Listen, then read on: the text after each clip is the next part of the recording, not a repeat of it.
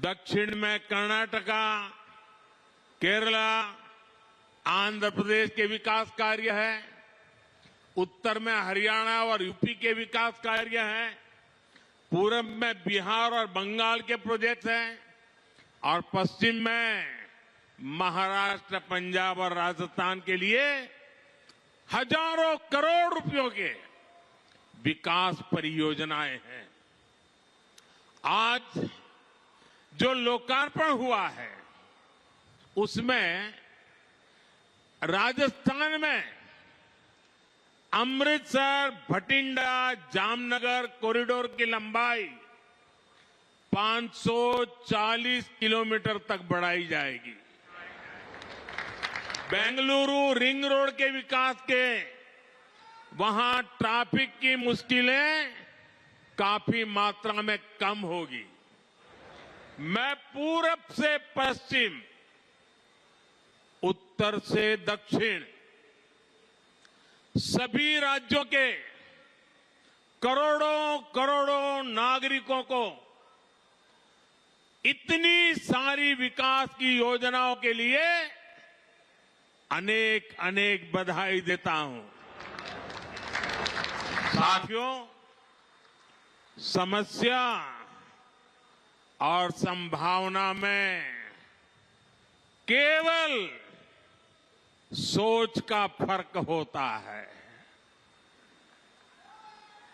और समस्याओं को संभावनाओं में बदल देना ये मोदी की गारंटी है।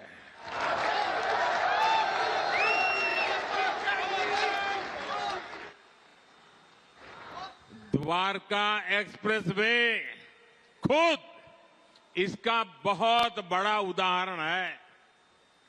आज यहां द्वारका एक्सप्रेसवे का निर्माण हुआ है। एक समय शाम ढलने के बाद लोग इधर आने से बचते थे। टैक्सी ड्राइवर भी मना कर देते थे कि इधर नहीं आना है। इस पूरे इलाके को असुरक्षित समझा जाता था, लेकिन आज कई बड़ी कंपनियां यहां आकर अपने प्रोजेक्ट्स लगा रही हैं। ये इलाका एनसीआर के सबसे तेजी से विकसित हो रहे इलाकों में शामिल हो रहा है। ये एक्सप्रेसवे दिल्ली में इंदिरा गांधी अंतर्राष्ट्रीय हवाई अड्डे तक कनेक्टिविटी को बेहतर बनाएगा। इससे एनसीआर का इंटीग्रेशन बेहतर होगा। यहां इकोनॉमिक एक्टिविटीज को गति मिलेगी। और साथियों, द्वारका एक्सप्रेसवे जब दिल्ली मुंबई एक्सप्रेसवे से जुड़ेगा तो एक नए अध्याय की शुरुआत होगी।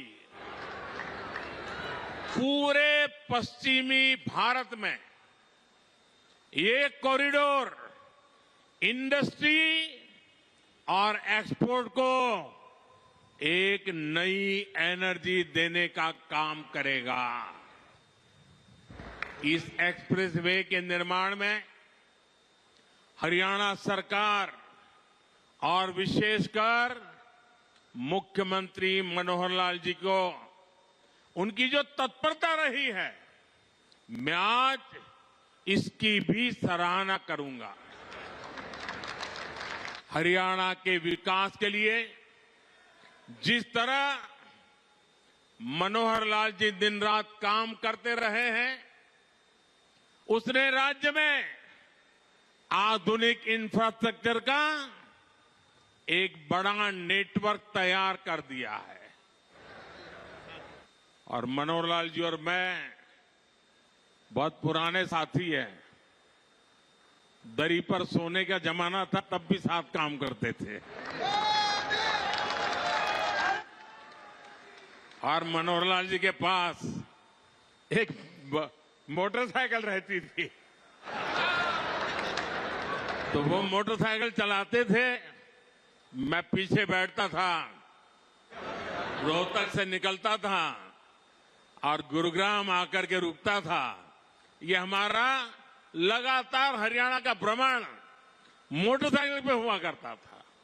और मुझे याद है उस समय गुरुग्राम में मोटरसाइकिल पर आते थे, रास्ते छोटे थे, इतनी दिक्कत होती थी।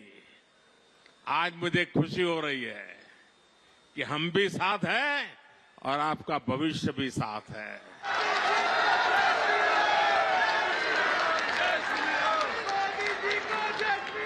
विकसित हरियाणा, विकसित भारत के मूल मंत्र को हरियाणा की राज्य सरकार मनोहर जी के नेतृत्व में निरंतर सशक्त कर रही है।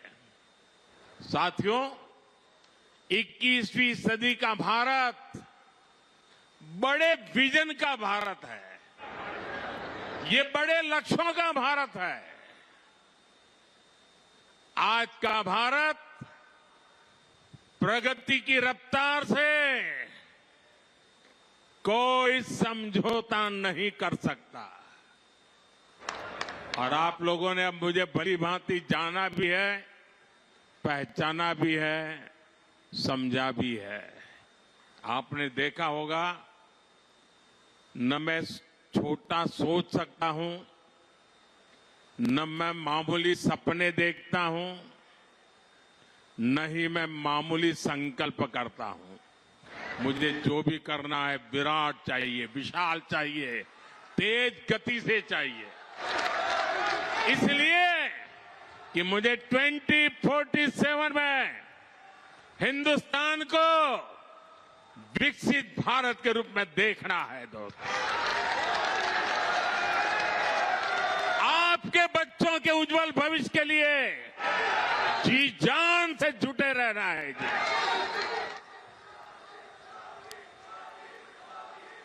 साथियों, इसी रफ्तार को बढ़ाने के लिए हमने दिल्ली एनसीआर में होलिस्टिक विजन के साथ इंफ्रास्ट्रक्चर डेवलपमेंट का काम शुरू किया। हमने बड़े प्रोजेक्ट्स को तय समय सीमा में पूरा करने का टारगेट रखा।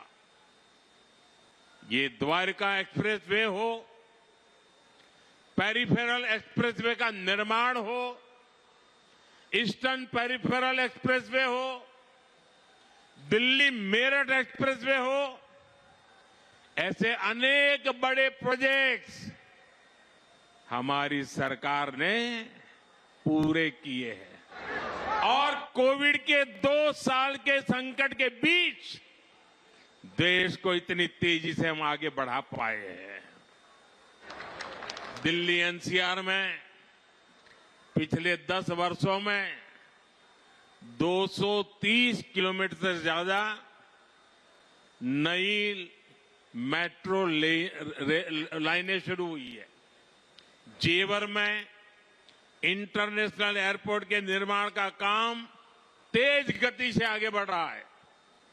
डीएनडी सोहनास पर जैसी परियोजनाएं भी निर्माण के अंतिम चरण में है। इन परियोजनाओं से यातायात तो आसान होगा ही, साथ ही दिल्ली एनसीआर की प्रदूषण की समस्या में भी कमी आएगी। साथियों, विकसित होते भारत में आधुनिक इंफ्रास्ट्रक्चर का निर्माण और देश में कम होती गरीबी दोनों आपस में जुड़े हुए।